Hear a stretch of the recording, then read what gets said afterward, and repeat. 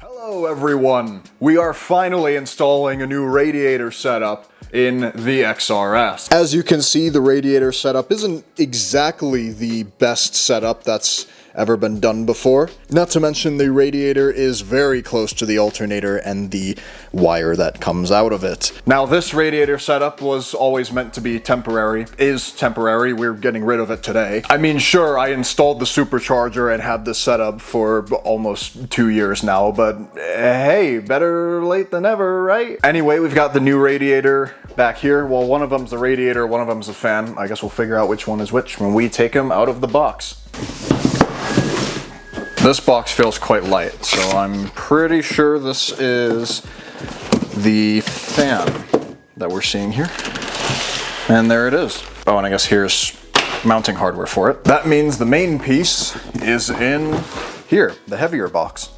There it is. So, because a full-size radiator doesn't fit very well in there anymore, thanks to the alternator being pushed forward by the supercharger, we've got to go ahead and install a half-size radiator. Now you might be thinking, I didn't know that Mishimoto made half-size radiators for Corollas. Well, wouldn't you believe me when I tell you that they don't. This right here is the radiator for a 92 to 2000 Honda Civic, which I believe is the EG and EK chassis. But Will, that's not a Honda Civic. Oh my gosh, you're right.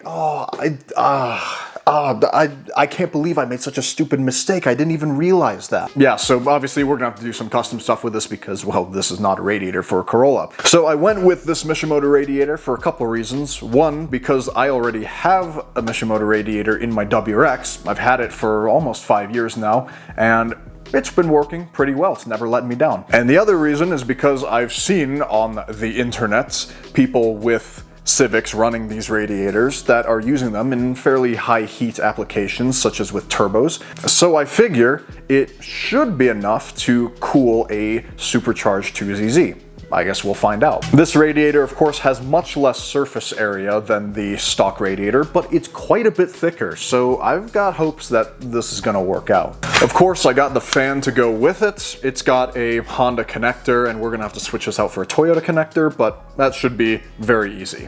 And that's that, everyone. So let's go ahead and get started.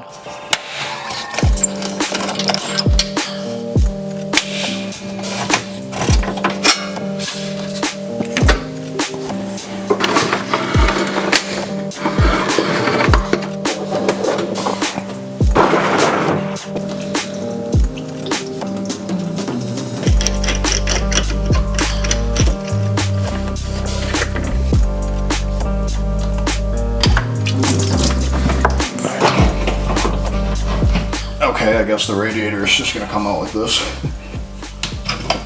All right, there it is.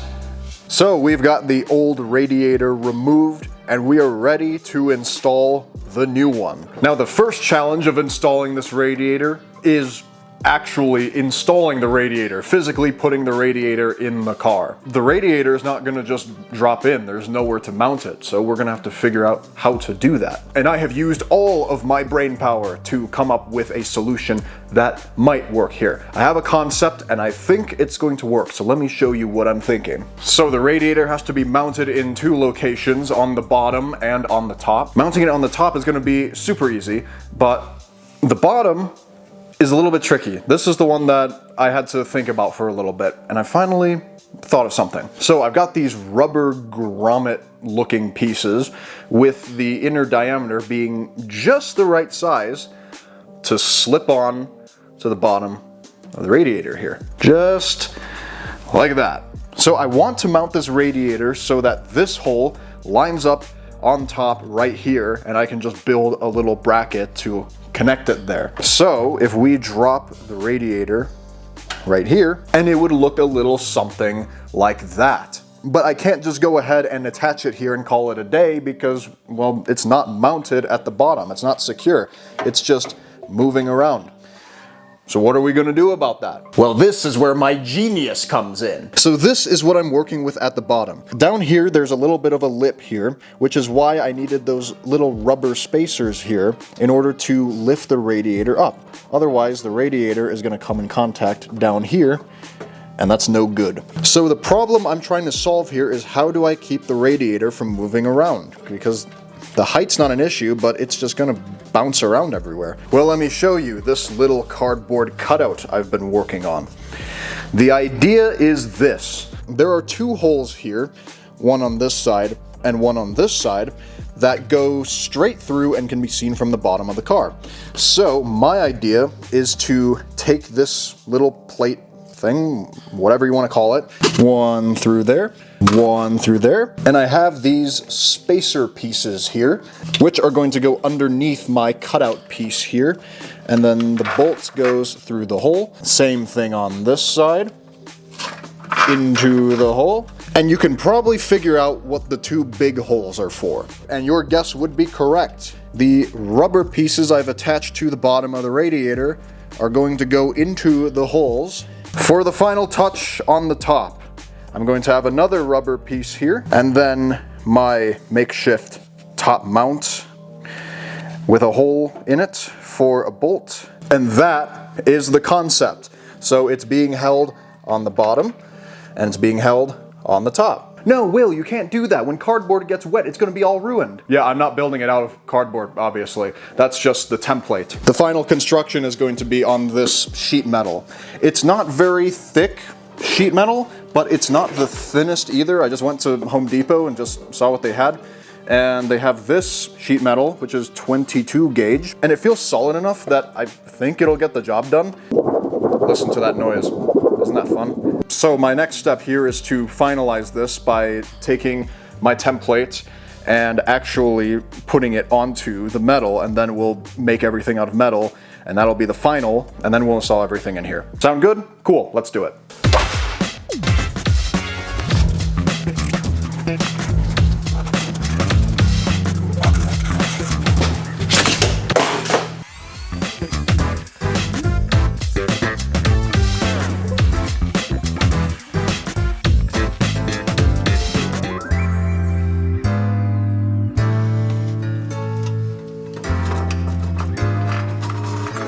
All right, the vision has been realized. So, twisting the radiator, and it doesn't move. So, mission successful. Now we've just got to do the top mount, which is actually a little bit off center, but oh well. If you don't look too closely, you won't see it.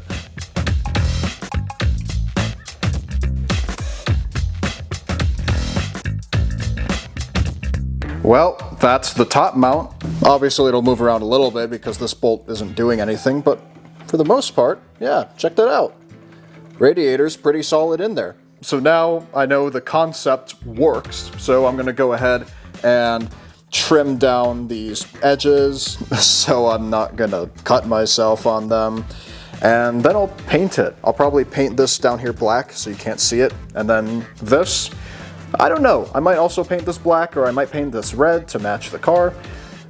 I'm not really sure yet. We'll see. Okay, so now that the radiator is in its final position here, before we go ahead and make any of the metal stuff I just cut out look half decent, I need to get the coolant hose situation sorted out. To help me do that, I've got a coat hanger. Now, coat hangers are typically used for hanging clothes and some other stuff, but I'm going to use it to bend and mold into the right shape of the coolant hose that I think will work, and then I'm going to go to the parts store and see if any of them match. However, an epiphany has just happened, and this is actually going to be a much easier process than I originally thought. So this is the lower radiator hose that has been there the whole time. So, as I was removing this from the car, and I was kind of just looking at the general shape of it, and I noticed something. So pretend that my fist here is the thermostat housing. So from the factory, it is shaped kind of like this. From the thermostat housing, goes around out into the radiator like this. Now watch what happens when I flip it. Just gonna do a little something like that. And this is a flexible hose, so it can flex a little bit. And look at that. It's kind of the perfect distance. And now I'm gonna put this hose back in. And look at that. The coolant hose just goes in. It is a little bit long. Even with the radiator hose like this, there is almost no kinkage. There's just the slightest bit of hose kinking over here, just a little bit. And same thing over here, just a little bit. That's why I'm gonna shorten the hose a bit. But other than that, it fits almost perfectly. I actually could run it like this, and I'm sure it would be fine. But I don't really like the idea of having even the tiniest little bit of restriction. That's no good. There you have it. So I can actually reuse the old hose. On top of that, I think I can also use some of the top hose as well. So of course the top hose here isn't gonna come up and go over like that. That obviously will not work. So the idea is that I'm going to have a coolant hose that comes out like this into a little S shape. It's gonna kind of downturn over here and then over here. But look at that. It can meet up with the old hose, which means the only hose that I need to buy is that little S shape that goes from here and connects that. And that's it. And that means that buying radiator hoses for this project just got a whole lot cheaper. So I shall now cut up and bend this coat hanger into that little S shape. So it's gonna come out straight like that. And probably bend right around there. So this is the shape of the coolant hose that I'm after, which means now I can go to the parts store, try and find one. Alrighty everyone, I'm headed out to pick up this hose. So just give me a second, I'll be back very soon. Don't go anywhere.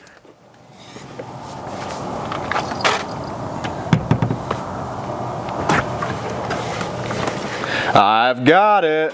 So here is the hose that I picked up, and as you can see, it's pretty much spot on to what I was envisioning. This is a Duralast hose from AutoZone. There's the part number right there.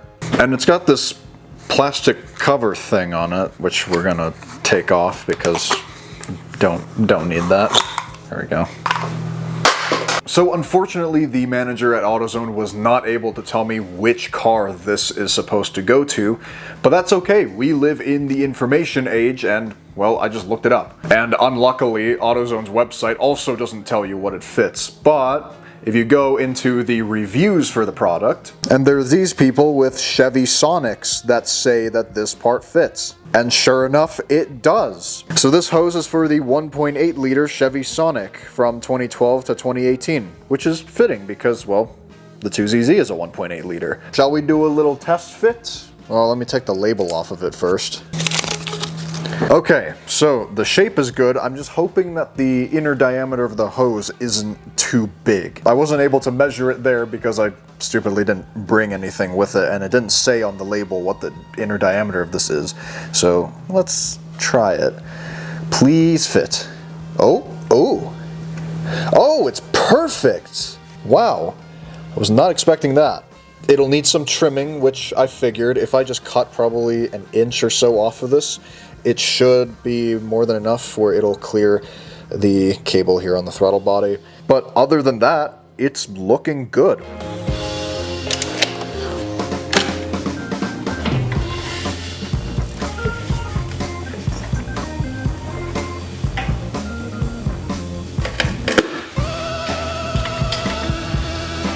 To connect the two hoses here, I've gone ahead and got this. With this connector, we can also attach here a temperature sensor for a coolant gauge. We're also going to be installing a coolant gauge here as well, because the factory coolant gauge doesn't work with the standalone ECU, so we're going to have another gauge that we can see the water temperature with. Top hoses are now finished. I like the location of the adapter. It'll be under the intake, so when the intake is all here, you're not really going to see it. The hoses are all good. Now I'm going to take this piece of metal and that piece of metal on the bottom back out, and I'm going to repaint them. I'm not sure what I want to do with this one. I might paint it red, or I might paint it silver. I don't know, because you're going to see this one, so I want to make it look decent. Hey guys, do you like my paint booth? It's pretty cool, huh?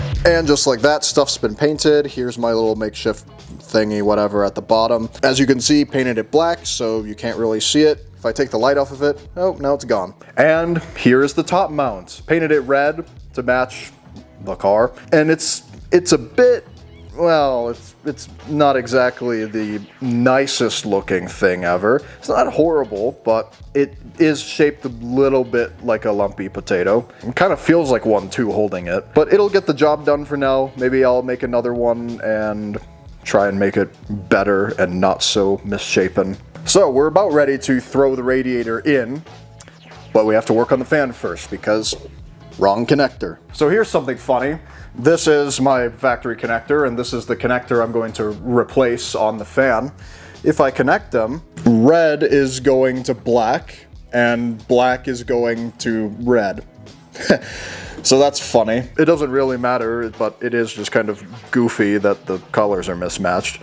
Before I just start cutting stuff, I need to make sure 100% which wire is power, which one's ground. Because we have one wire that's red and white, which I'm assuming is power, but I'm not 100% sure, because we have this other one that's yellow and blue, which is a bit of an odd color combo. So how am I gonna figure it out? I mean, I could just Google it, but that would be stupid. Instead, I'm gonna connect two jumper wires to this thing, and then connect them to this spare battery I have. And if I connect the wires correctly, the fan should be blowing air towards me, because it's gonna be connected to the radiator, so it's supposed to suck air through the radiator like this, so air is supposed to go this way. So let's give it a try. So connect like this. Oh yeah. Yep, that's the one. Do I really need this wire to be this long? No, of course not. Now a normal person will go ahead and measure how much they should cut. But I'd say around here is good.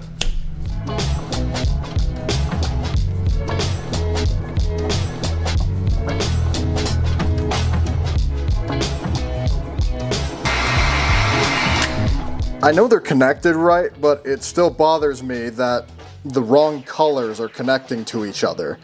Luckily, I have something here that I can cover them with, so I don't have to see that.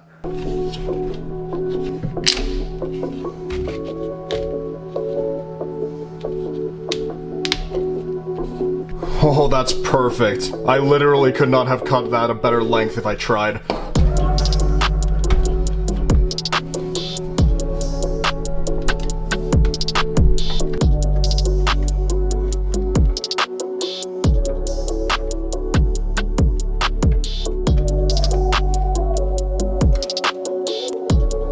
Radiator is in, everything is tightened up, just need to get some hose clamps on the hoses, but there is still something missing from this picture, besides the sensor for the gauge that we're going to wire up, but that comes at the end. But there is still something missing here, and that is the reservoir bottle. Fortunately enough, there are two perfectly spaced holes here that we can just bolt the bottle up to. I'm not even going to have to do anything, I can just bolt it up. So let's throw it in, why don't we?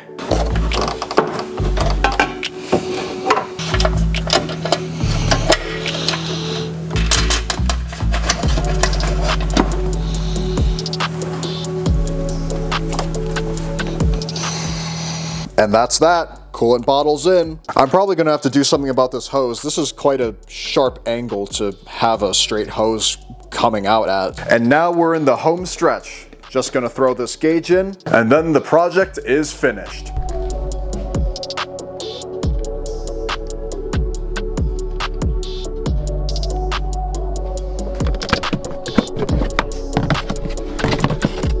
So we're going to replace this gauge cluster, trim, bezel, whatever you want to call that, with this one that I bought on eBay that's got two holes for the gauges. So we can just take this gauge and just stick it in. This was a bit pricey at $100-something, but this will look a lot cleaner than sticking another gauge on the dashboard. I've got the wires sticking out already, and this one for the water temperature is already connected and powered. So let's go ahead and throw this in.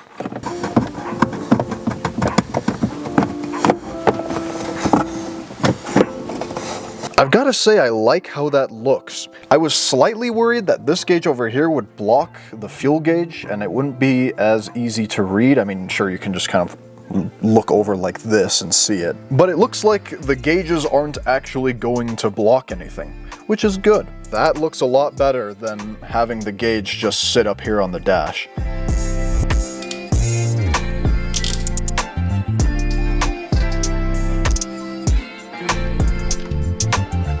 The sensor is connected. All that's left to do is throw in the intake, fill it with coolant. We're good to go.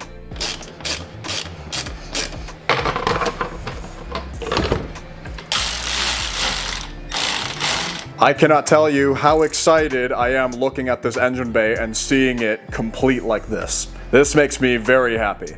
Also, I'm pretty sure I got sent the wrong intake because this did not go in properly. I think this piece might have been for the Celica, not the Corolla, because it was a bit too long and the MAF sensor is upside down. But I guess it doesn't matter because it looks like I can make anything fit. And some of you might be saying, no, Will, you can't mount the MAF sensor upside down. Well, the only thing the MAF sensor is doing now is reading the intake air temperature. That's about it, because the ECU uses the internal MAP sensor. So, it doesn't matter. And on the plus side, now you can't see the sensor, which is, I don't know, it's cool, I guess. And with the power on now, I came in here to check and make sure that the gauges were working, and they do, which is lovely. There's the AFR gauge, and then, of course, our brand new water temperature gauge. So let us now fill her up with coolant.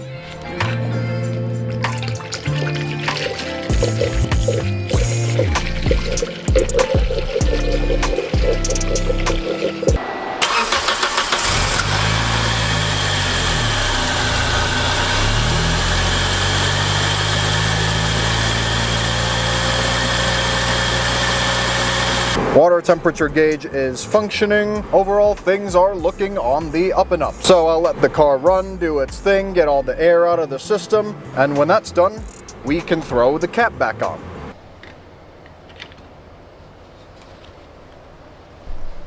And just like that, we are done. The coolant has been bled. I've checked over everything, there's no leaks, everything's working.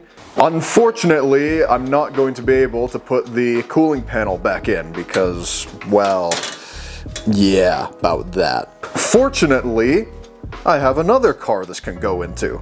Although I'm not sure how I feel about the Yamaha thing, because, you know, one's easy. But that's okay, I'm gonna have to polish all the scratches out of this thing anyway. I didn't realize how scratched up this thing got, but I've realized that over the years, I've actually used this thing as kind of a little table to put my tools on whenever I've worked on this car, which I shouldn't have done, but I did it, so I'm gonna have to, you know, fix that.